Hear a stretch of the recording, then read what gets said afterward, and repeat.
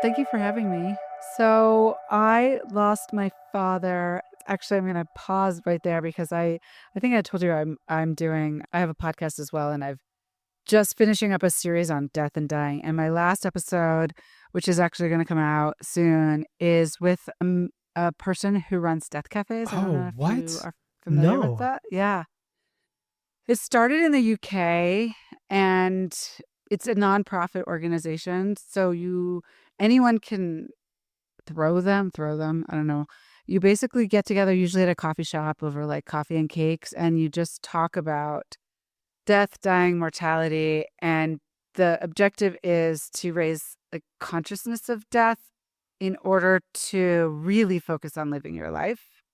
And he corrected me because I was talking about, like, I used the term pass, and he said it is better to just use the word like died, or just be like very specific Yeah. about it, because part of our issues in processing death is that we don't talk about it Hmm. directly. We use like euphemisms and Yeah. different words. And in that way, we're not grieving as directly. So I'm just trying to take that in because it was a recent conversation. And so I'm going to start over and say, my father died 10 years ago in September. So a little over 10 years ago, of a rare cancer. And ultimately, he actually died from a failed bone marrow transplant. But, it's all kind of wrapped up together. So, and that was 10 years ago, you said. And that was 10 years ago. That is interesting, the direct language. So I had that kind of floating around my head, but I never thought about it in relation to grieving. And it's always been in relation so like hearing the direct language in terms of grieving, I've always had it in relation to the kids, of using very direct language of, this is what's happening. Mommy's going to die. Mommy's dead. She has cancer. She is sick, but it's something that you can't heal from, because a lot of what I've heard run into and instinctively felt was, I don't want them to be afraid of being sick, thinking that they're going to Right. die. So we tried Right. to be as open as possible, but they were young and it's hard to fully understand that. But yeah, that's interesting in terms of our grieving and how that could play out. So, anyways, I appreciate you sharing that. And then going back to your dad, where were you? Were you in the same place as him? Like, what was that experience of him getting diagnosed and going through all of that for you? Yeah. So my father and I don't like using the past tense, but we were very close. I mean, I still feel very close to him, but we were very close. And people would say I was just like so much like him. And so I'm not practicing law anymore, but I was a lawyer. I am a lawyer. I was practicing for 20 years. My father was a Mm. lawyer. My parents split up when I was young, but I lived during law school with my dad and my stepmom. And it was like the most magical experience. Would talk about my classes and the cases I was reading, and he would remember everything. It was amazing.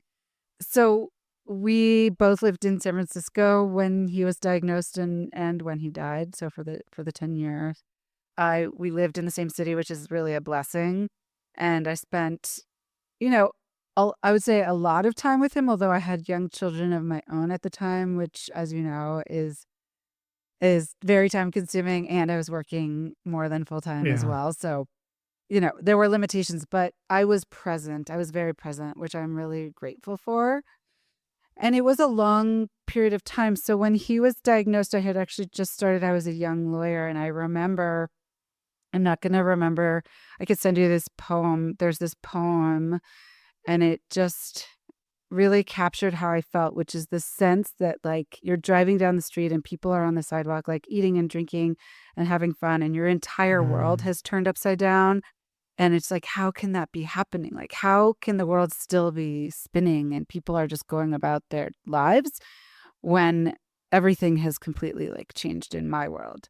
So that I really remember feeling that way when he had his diagnosis. And it wasn't, he had an episode in his office where he fainted, and they didn't know they didn't know what was wrong. And it took, honestly, months and months of a lot of different kinds Oh of shit, testing. really? And he had a very rare cancer called myelofibrosis, which is basically like your bone marrow stops working. So it's not typical. And they, it just took them like a really long time to figure it out. But when they did, they gave him 3 to 5 years to live, and he ended up living 10 years, Wow. which was really, yeah, his oncologist said he was his longest living patient for many years. So he, part of that's maybe luck. He also had a very strong will to live, and he was doing all kinds of clinical trials. There were no on-label medications for his disease when he was diagnosed, or even during his lifetime. There was one medication that was approved, but what happens in this disease is that your spleen starts taking over the job of your bone marrow. So it gets quite enlarged, and if it ruptures, you'll die. So there's a new medication, or it was new at the end of his disease progression, to reduce the size of the spleen, but his already had been so large that they had to remove it. So he was not eligible for that medication by the time it became on label. But he basically was in clinical trials, just trying different medications over a 10-year period. And it was really Yeah. hard. It was really hard. His quality of life was substantially affected. He couldn't work. He had extremely low energy. He would have to get blood transfusions, and he was in these clinical trials, which, when you're taking these kinds of medicines, they can have pretty severe side effects. But I would also say he was extremely focused on living. And my dad's name was Harvey, and he and my stepmom kind of had this rule. I call it the Harvey rule, but it was probably more my stepmom's rule. Her name is Karen. And the rule was basically, if you get bad test results or you have a bad day, you have 24 hours to, like, they call it like eat worms, like feel Mm-hmm. terrible and just be like in the dumps. And then after the 24 hours, you have to get up and you just keep moving forward. And I think it's pretty remarkable that both of them were able to do that, given everything that my dad went through. And it's something that I like to try to live by when things don't go the way that I want them to, not just to honor him, but because I think it's a good way to live. Absolutely. Yeah. It is. I think it gives us space, and then two, it gives us a deadline of like, all right, get the fuck up and let's keep going. Right? What's the alternative? And so my father died actually in the hospital. He had a bone marrow transplant. It did not take. And he and my stepmom were talking about getting him home to die, but they thought he would die on the way because he was so weak. And I don't know how many of your listeners know this, but many hospitals have like a wing of the hospital that's basically like a palliative care Yeah. wing. And it's really beautiful. It's like extremely quiet and peaceful. And the rooms have like windows looking out. So as an alternative, I know, he wanted to be home, but that couldn't happen. So this was sort of the second best thing. And honestly, by the time he got to that wing, his eyes were closed. He wasn't talking, and he wasn't opening his eyes anymore. And he was there for several days. And I was actually holding his hand, and I was with him when Oh, he died. wow. That's amazing. Yeah, it is a blessing, and it was very difficult. Yeah. So I want to go back a little bit, but before we do, I want to Yeah. stay on that moment because I've been, I'd have to officially count, but it's definitely been enough at people's bedsides as they took the last breath that I can count on two hands. Um, Wow. my wife's obviously the most profound, but I'm curious. I know very well that like that beautiful relief and moment of that, but also the really hard side of it. What was Yeah. going through your mind? What were you feeling? This was a 10-year journey, which I want to get into, but after all of that, seeing everything that your dad went through, you mentioned his quality of life wasn't amazing, and knowing what my wife went through, I can only imagine some of the things that you guys went through as a family, and you specifically. Like, take us back to that moment, and like, what were those thoughts and the feelings that you were having? I mean, I think I have to say sadness was the strongest feeling because I mean, my dad and I were just like so in tune, Mm, and to think that I wouldn't have him there with me was just unbearable, honestly. But there was also the last year of his life was quite difficult. He was mostly in the hospital that year because he had to have chemotherapy to sort of like beat back the cancer so that he could have the bone marrow mm, transplant. And it had a, you know, it takes a very like large toll.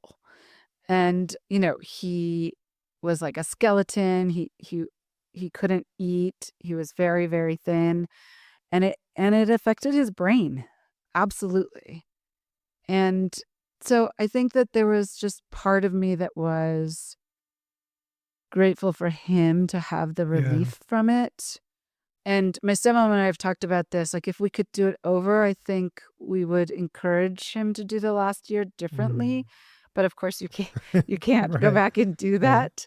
But I do think he was at a teaching hospital, and I think they wanted to try every intervention.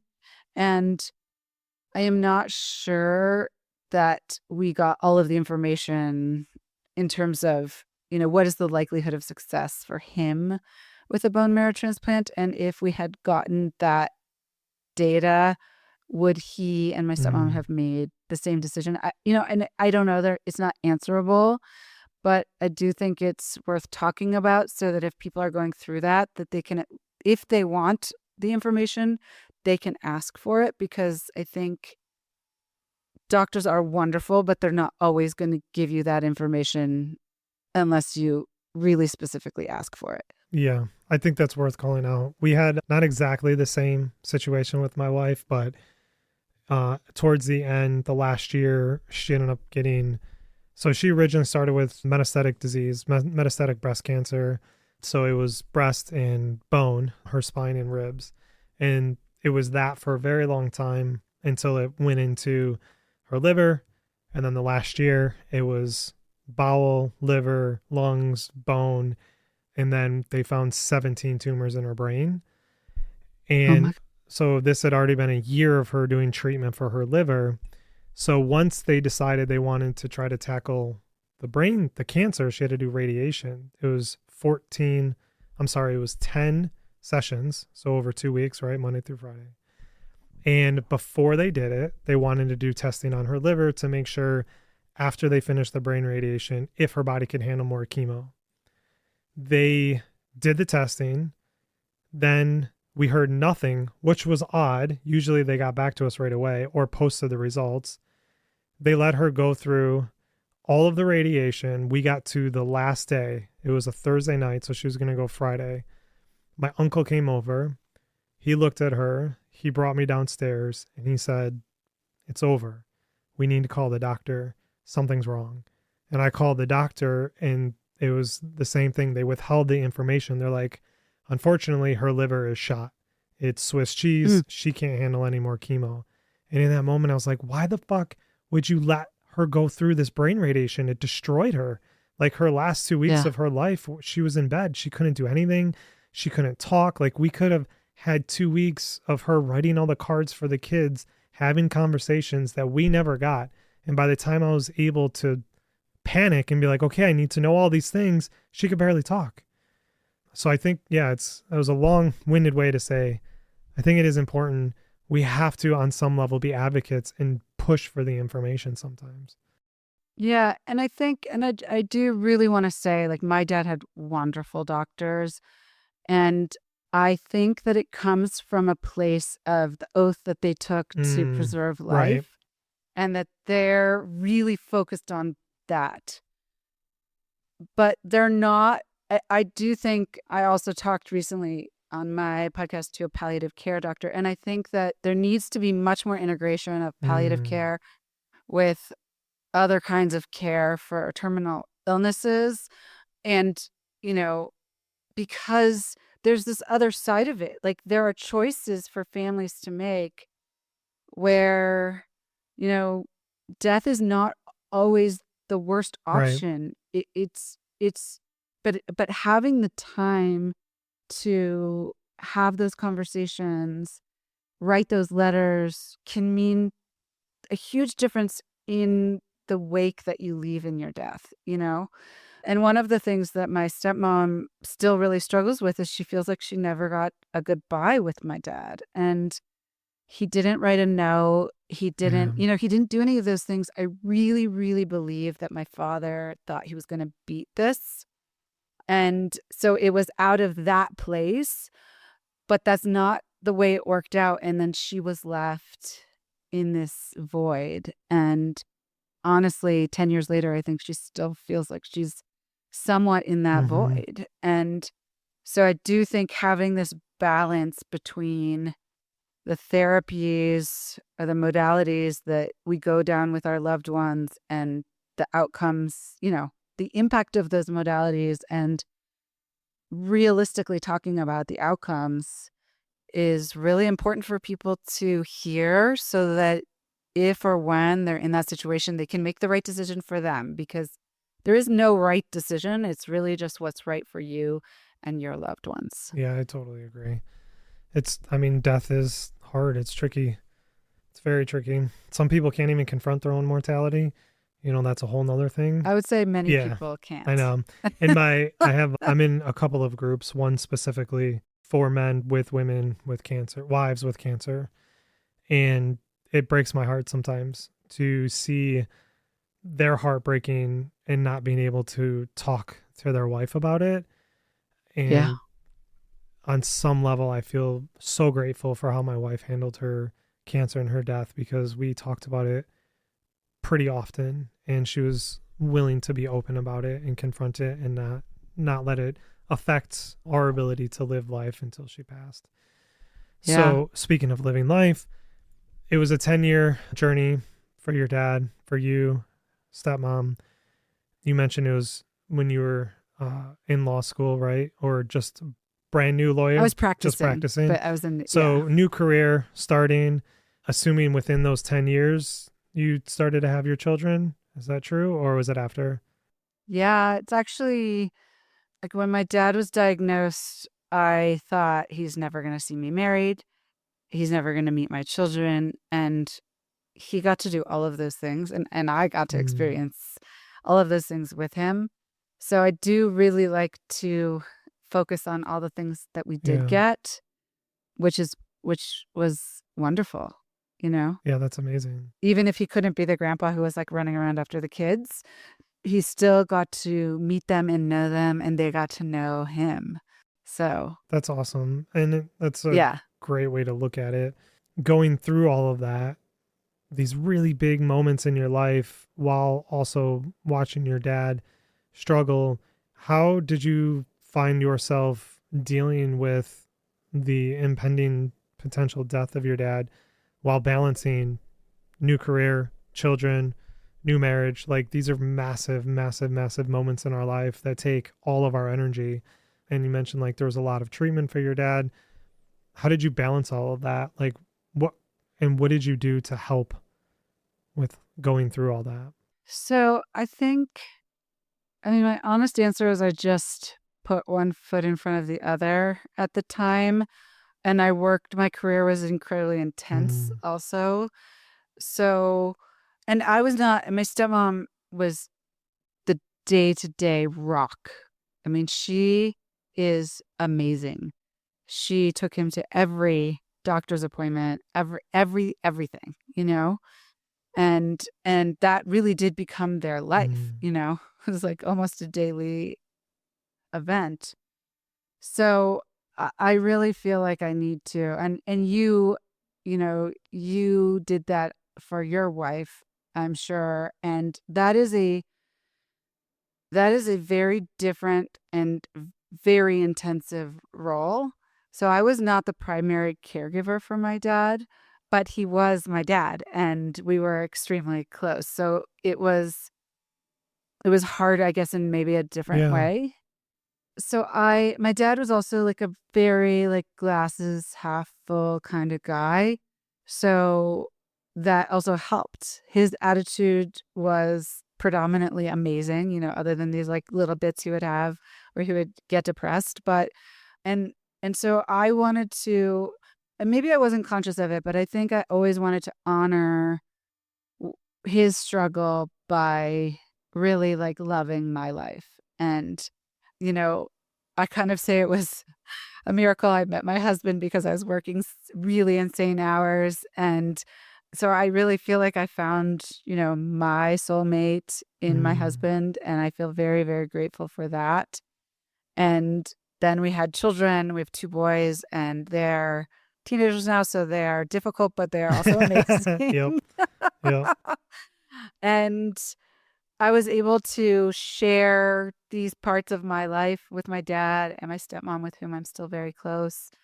And so I think I just lived. That might sound simple, but I think I really just tried to live.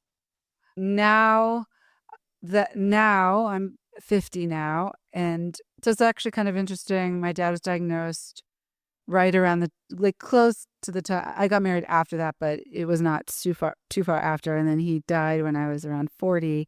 Now it's, I'm 50. So it's kind of these Yeah. like moments in time. And I reflect a lot now on my father's journey and his death, on my life and the fact that I will die and what that means for my children, right? I mean, obviously, we don't know when these things are Right. coming, but I am a big believer that we should think about them and plan for them and talk about them with our children and with our loved ones. And so I'm trying to do a lot more of that now. I mean, I recently had a conversation with my stepmom about what does she want, you know, the end of her life to look like? Does she want to stay in her house? Does she want to, all of these things that so often we don't talk Yeah. about. And so now looking back, I do feel like I could have done some things differently and maybe more intentionally with my Hmm. dad. And I am a big proponent of telling people what they mean to you, both verbally and in writing.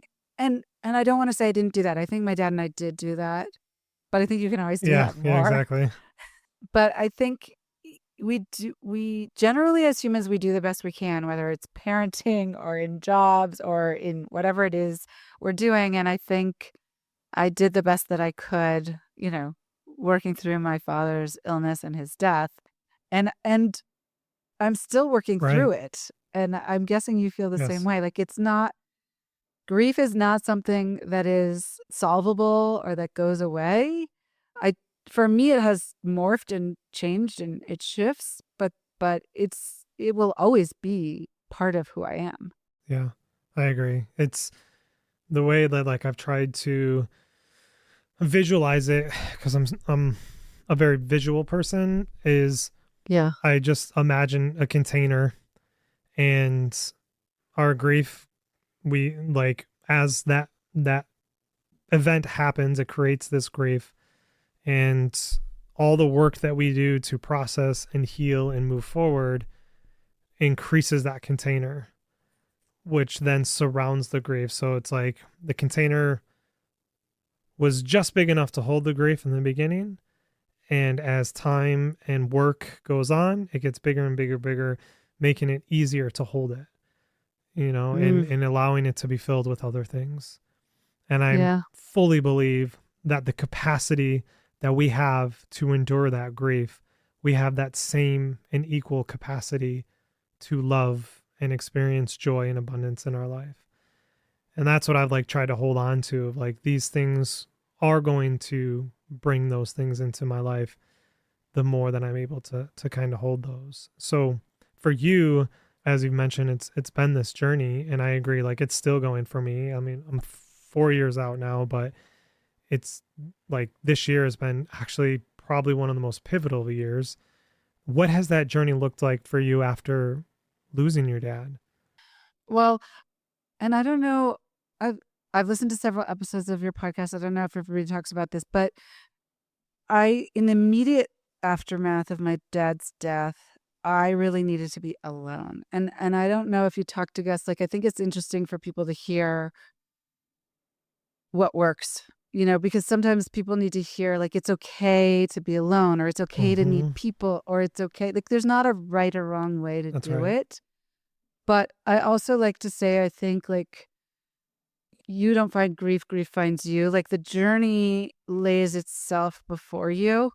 And when I was in grade school, my best friend's father died, and she turned to other friends at the time. And it was extremely hurtful to me. I didn't understand it. I was relatively Mm. young. And it wasn't until my father died that I understood, like, grief kind of chooses for you the path.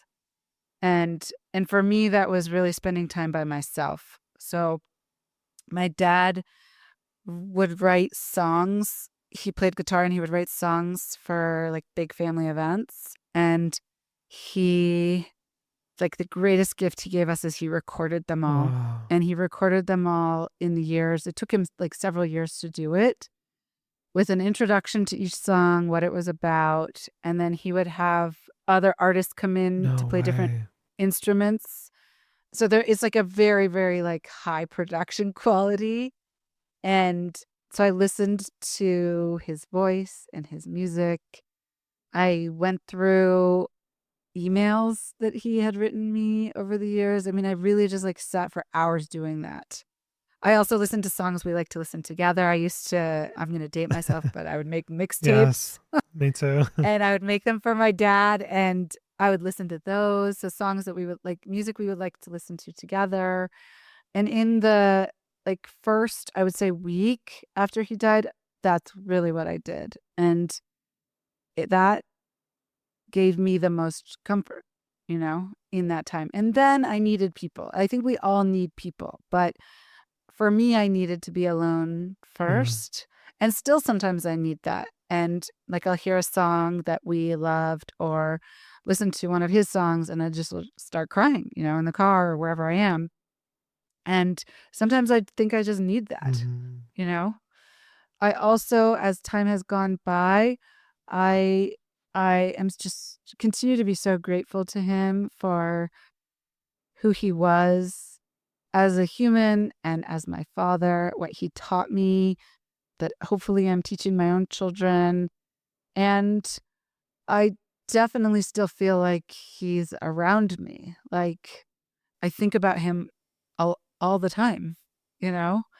And so I think that as there's a little bit of distance, there's this some sense that, like, yes, of course, we lose the human embodiment of the Yeah. person we love, but there is a soul, like, there is something that we can feel, that we can both miss and find joy in, like, remembering, like, those joyful times. And I think I have more of that as the years Yeah. pass.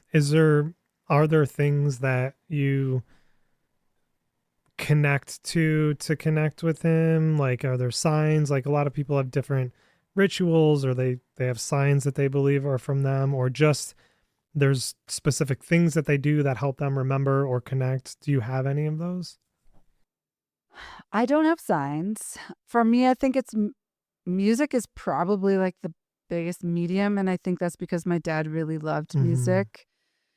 And I listened to his music, like, that he made for us a lot. So, whether it's his songs or songs that we would listen to, and some of them are funny, like, we used to watch Solid Gold together, which is also dating myself.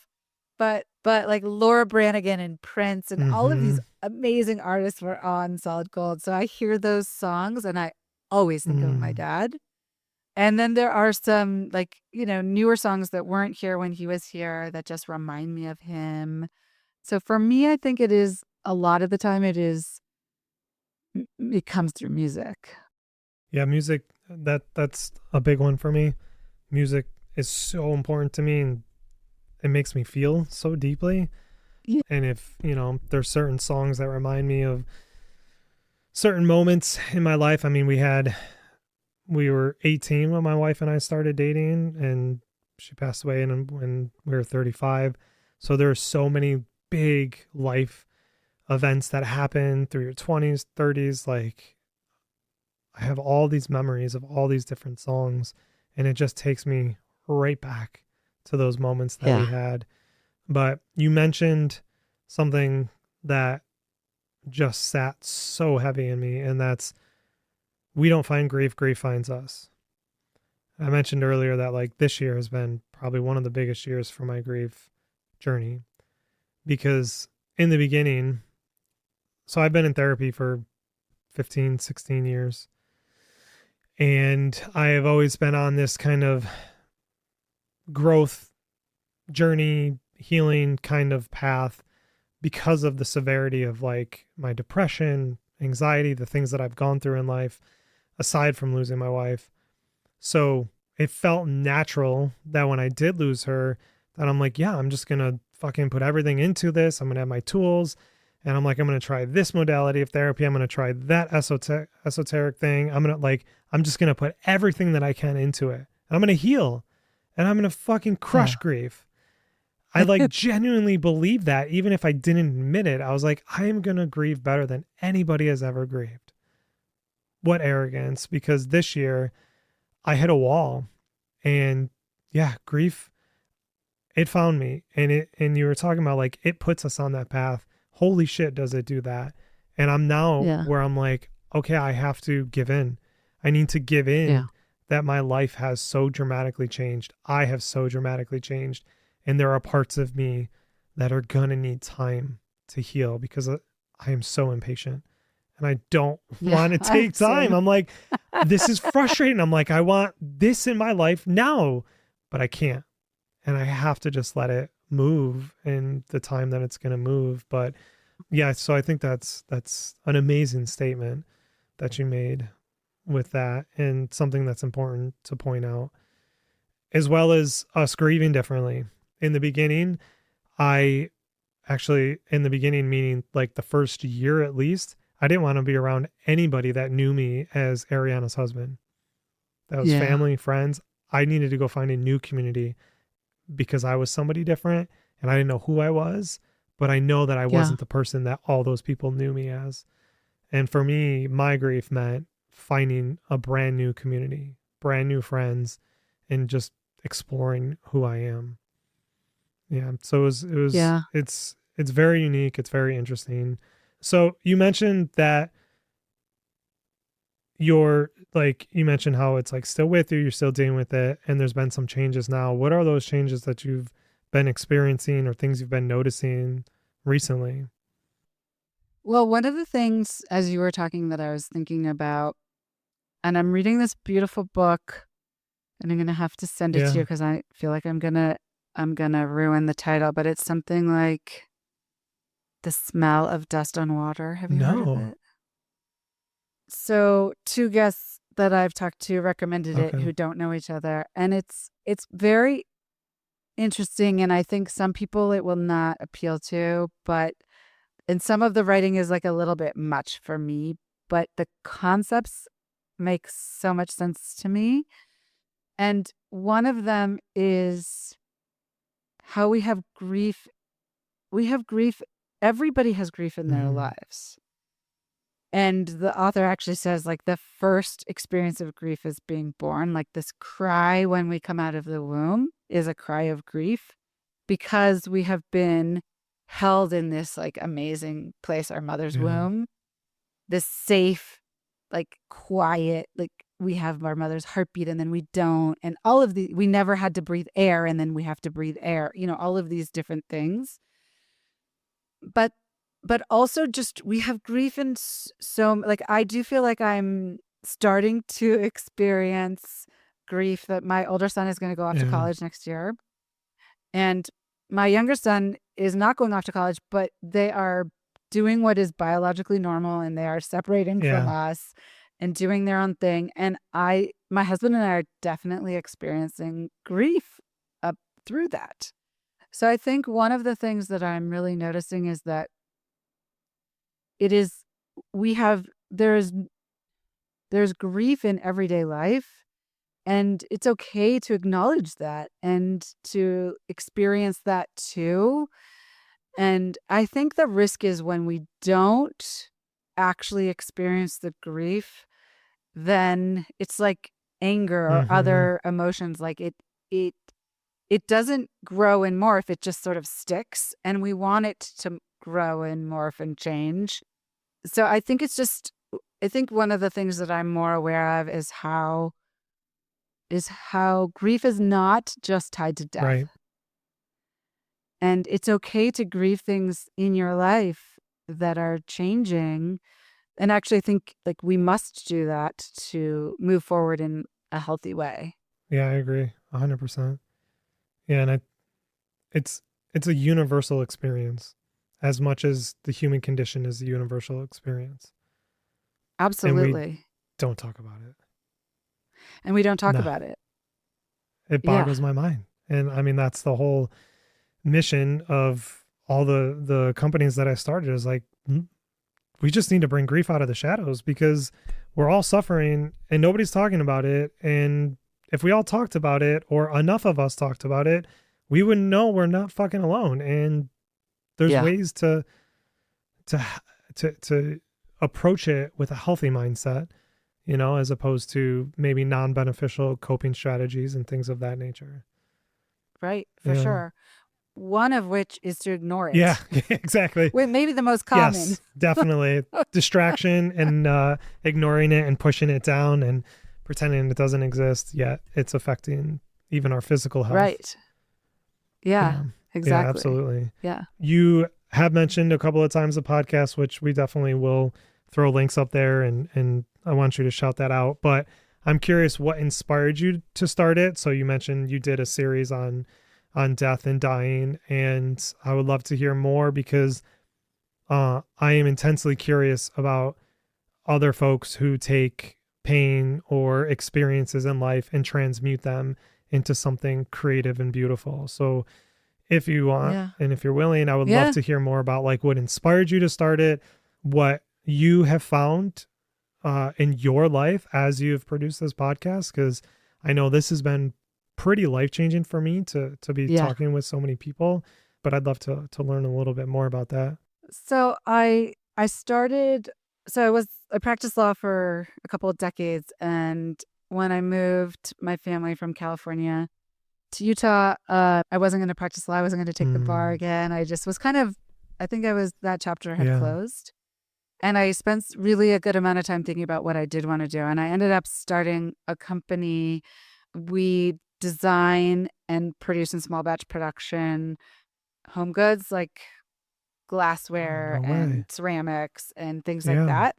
And the goal is to create, not to recreate things that already exist. It might be very similar, but like the way you hold a glass in your Mm, hand, or I just really believe that objects help us can help us be more yeah. present in our Mm-hmm. environment if they're objects that we feel comfortable Yeah. with. So that's fundamentally like the goal. And I decided to and I should say like the mission of the company is to get people to connect to all that matters. Mm, So many companies are about joy, and I just feel like life is so much broader, and we've so many emotions, anxiety and fear and grief and sadness and yeah. joy and happiness. Like we have all That's of right. them, and we should connect with all of them. And that in order for us to increase our connection as humans, which I feel like has drifted in recent years, we need to we need to reconnect with all of our Mm-hmm. emotions, and we need to relearn, I should say, how to respectfully disagree, how to have difficult conversations. So my podcast, which is called On the Table with Ashley, is really focused on increasing curiosity and decreasing judgment. Mm, And like broadly speaking, and then I've moved to a series format, and the Death and Dying series is my first series because one, it enables me to go deeper and do more research, and hopefully people can learn more from it. And I started with that one because it was around the 10-year anniversary of oh, my dad's wow. death, and two because I feel like it is it is perhaps the most untalked about subject that is really hard to talk about or can be, and is also just can't be more important. I mean, I don't know what is more important. So I talked to a palliative care doctor. I talked to two people in grief, one who lost a child, one who lost both of their Hmm. parents to suicide. And I was telling you, I talked to somebody who runs death cafes and somebody who talks about ethical wills, which is basically like intentional communications. Anyway, it's like a wide range of conversations. And like you were saying, you've grown so much during your Hmm. podcast. I feel like it's such a gift to Yeah. myself. And I am learning so much, and hopefully other people will learn as well. And I think that the more we talk about difficult things, the easier that they become. And that's what you're doing with your podcast. And I think a lot of times in grief, particularly, people feel very alone. And I think you want people to not feel alone. And I want the same thing. And then I also want people to reignite their curiosity. I think when we're curious, the world just becomes much better all around. Yeah, I couldn't agree more. Curiosity is what allows us to, probably the wrong word, but have a non-judgmental approach to life. I think when we're Correct. I curious, mean, right? Yeah. yeah.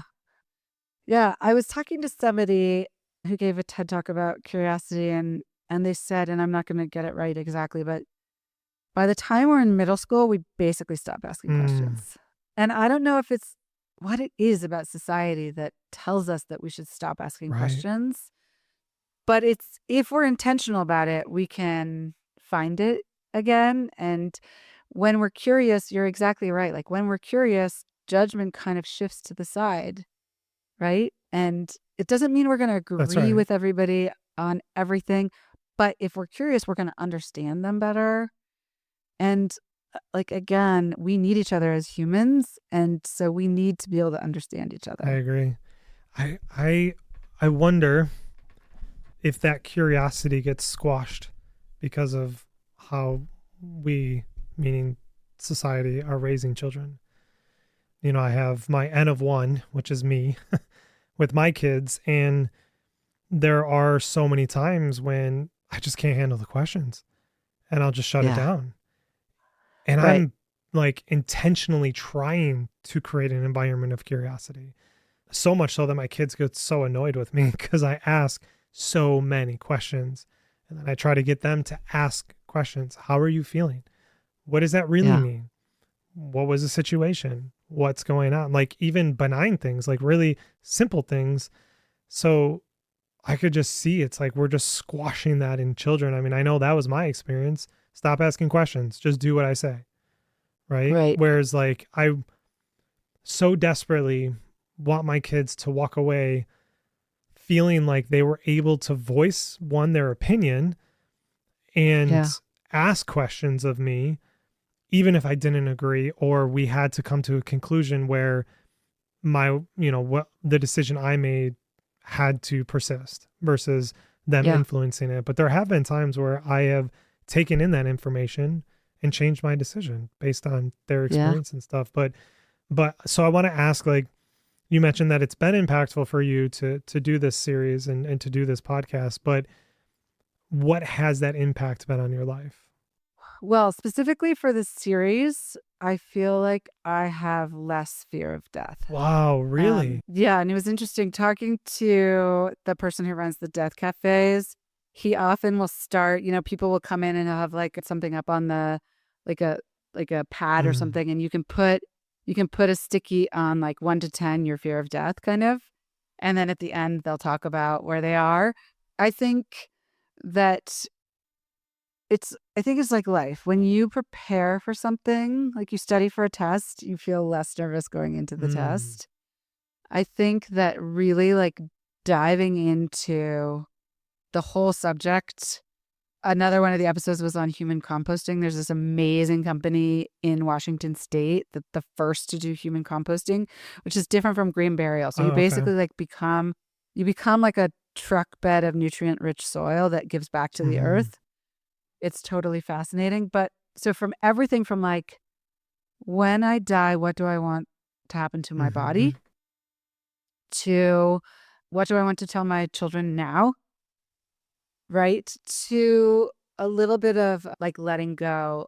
And I think this is like, I think I said this in one of my episodes, but like to me, it is parenting is a great analogy. When I am at my best parenting, which is not always, Same. but when I'm at my best, I am letting my kids be who they are, not who I want them to be. And I am recognizing that their path is not my path and that I'm still their parent. So I still, want to mold the Mm-hmm. path. But I also have to recognize that they're going to choose things that I don't want them to choose or that I wouldn't have chosen for myself. And that is actually showing me that they're growing up, right? And that is the right thing. When I fight against that is when I'm at my worst parenting. And I think thinking about death and grief is the same. So as I learn more about it and I think more deeply about it, then I feel more peace because I'm planning for it. If I ignore it, then it's just fear for Mm. me, you know? And that's not to say that I don't have any fear because I still do. Like that would not be honest. But I would say that my fear has substantially lessened. That's wild. I have been on my own journey as well with like having my fear of death be 10. I I know it's less than 10, but I don't know honestly where it is right now. Yeah. But in this experience that you've had and kind of this fear lessening, I'd want to take it a step further. Do you feel prepared for death? I think I do. Yeah. And maybe that's because also, I mean, I'm a little older than Yeah. you. And I do think that as you get older, you start to think about death more. And, but for many people, that's just like push it Yeah. away. It's that kind of thinking. For me, it's more like I'm trying to embrace that and be able to say, like, I don't know what happens after death. I don't know if anything happens after death.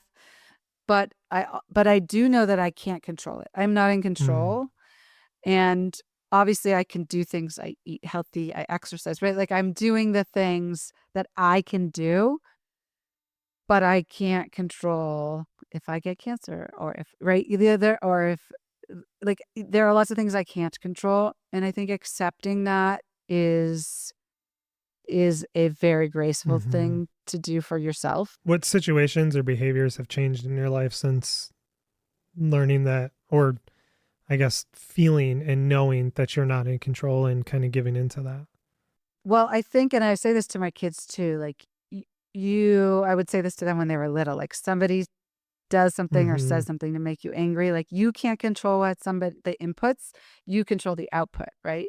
So I just feel like I'm more focused on things that fill my cup, Ah, if that makes yes. sense. So I'm really trying, like with respect to my health, I'm trying to focus on longevity and what my body can do, not what I look Hmm. like, which is very different from when I was young.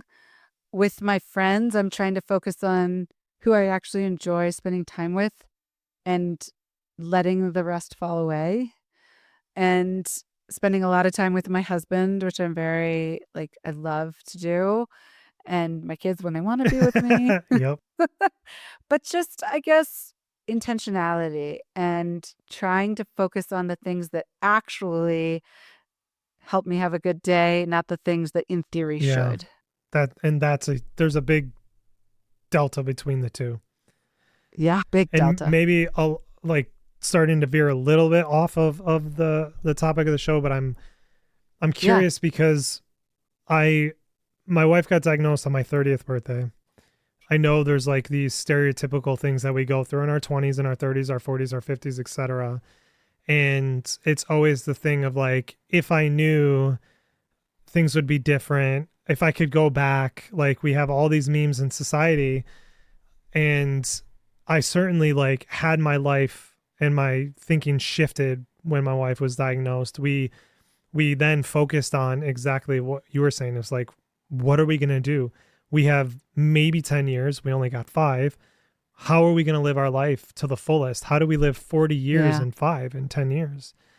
But then she died and I lost sight of that. I wasn't able to grasp onto that intentionality because I could barely get out of bed.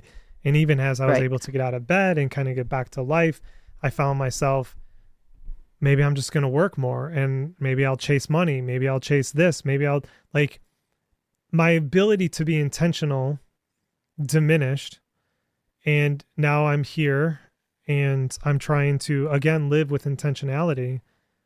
And sorry, we went a mile to get around a block, but you have come to this place. You said you're 50.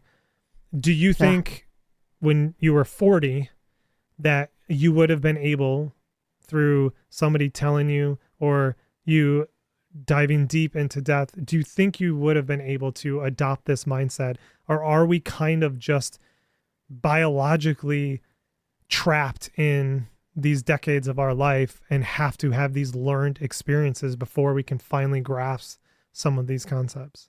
I mean, it's a great question. I don't know that I'm, I'm no expert. Yeah. I'm just one Yeah. person. I'm an N of one too. But my gut is that it's not actually that we're trapped in these Mm, decades of life and we have to have these learned experiences. But I do think that we have to have an open-mindedness. And I also really believe that we have seasons in our life. And when I was 40, I was on the treadmill of work and I was raising young children. And I don't think I know that I did not have space or time to really deeply contemplate these things.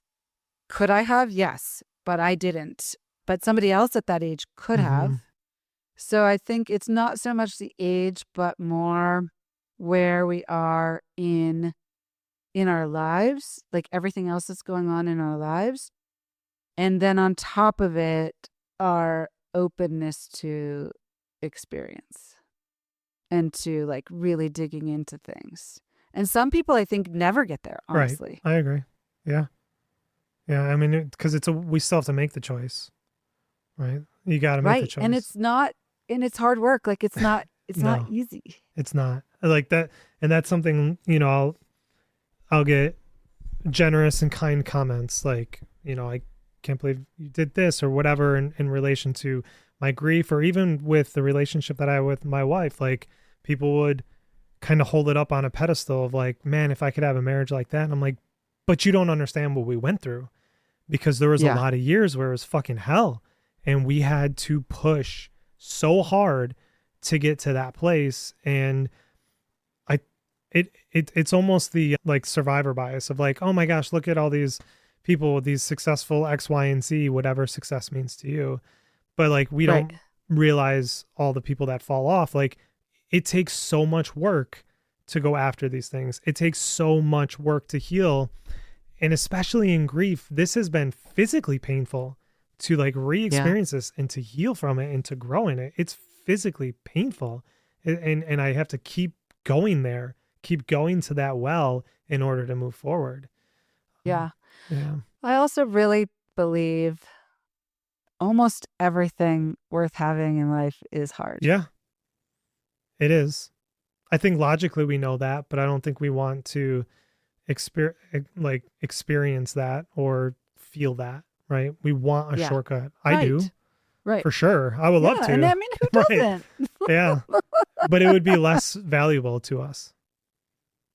Yeah. Definitely. Absolutely. Yeah. And it's good to remember that. And I say this to my kids too, like if whatever, like a breakup or like my son didn't get into a college he wanted recently, like there's this phrase that I'm sure everybody's heard, this too shall pass. And it's important to remember that in good times and in bad times, because the good times are also going to Yes. pass and people need to remember that. But it's really important to remember the bad times will also pass. And it doesn't mean, again, that like it goes away or you fully heal, but it changes and it is not as acute. And I think that's something that young people actually do need to like have lived experience to learn. Yeah. But I try to tell them that because everything feels so big, and I think it is really important to remember that. Yeah. Yeah, I agree. I try to think of similar to this too shall pass is the good times are never as good as you think they are, and the bad are never as bad as you think they are. It's like we need to keep that perspective. And then going back to the idea of like seasons of life, that feels so much better to me than decades of life, because like as I approach my 40th birthday in March, it is hitting me harder than I thought it would. I've never thought about age before until my wife died. Then I realized, oh, holy shit, I'm a lot older. I'm not 18 anymore, but it always felt like I was 18 with my wife. Like we had all that history and all that time together. And I was like, I got to go date. I got to go be whoever I am. And like age started to hit me, but it feels like, if I could frame it as these are seasons, and I've been through maybe seasons that folks my age haven't been through yet. And I think of that with my kids, like they've been through experiences that a lot of people haven't been through yet at such an early age that it maybe that's where that wisdom can come through is through those seasons. I think so. I mean, I certainly think so. Yeah. So, if you're willing, one thing we love to ask our guests is if you had one or two favorite stories about your dad. We'd love to hear it. Okay, here's one. So my dad loved food, and every year for my birthday, my older sisters are identical twins. Okay. So he would take us, he and my stepmom would take us to like a fancy French restaurant once you were 10 years old, you got to go to this fancy French restaurant, and they would go just the two of them. I would get to bring a friend. So one time we went and we had this huge meal at this fancy French restaurant. And then on the way home, we stopped and we got a dozen donuts. Oh my gosh, that's amazing. He loved donuts. And then we stood around the kitchen table and ate donuts. That's amazing. And that to me is like it makes me just smile, and it is like so my dad. So on his death day, which is kind of like a term I'm trying to use, this year I decided I wanted to I would like to do something on the day of his death to like remember him and kind of like honor him, pay it forward in a small way. So I got 4 dozen donuts and I gave them to friends. And I obviously told them like how much my dad loved donuts and that I was thinking of him that day. And so just spreading like a little bit of like love and joy in a very small way. I love that. My wife loved donuts. And on her death anniversary, we bring her favorite donuts to the gravesite. We leave one for her, and then me and the kids eat a donut. Oh, that's great. That's amazing. I appreciate you sharing your dad with us, sharing all the things that you've experienced, the wisdom and all of that. I feel like I could talk to you for another hour, but definitely want to be respectful of your time and appreciate you so much coming on the show. And if you want to shout out the company and also the podcast, I would love that. Great. Yeah. Thank you so much for having me. It's really been wonderful. Any opportunity I have to talk about my dad, I honestly, it brings me joy too. So I really appreciate it. So my company is called Âme Attendre, which is French for to take care of your soul. And you can go to our website, which is ameatendre.com. And then the podcast is called On the Table with Ashley, which you can find wherever you listen to your podcast. That's amazing. Thank you so much. Thank you. Thank you for listening to this episode of The Day After. You can find this podcast and more at our website at www.thedayafter.com. If you enjoyed this episode, we'd really appreciate if you could take a moment to leave us a review wherever you listen to your podcast.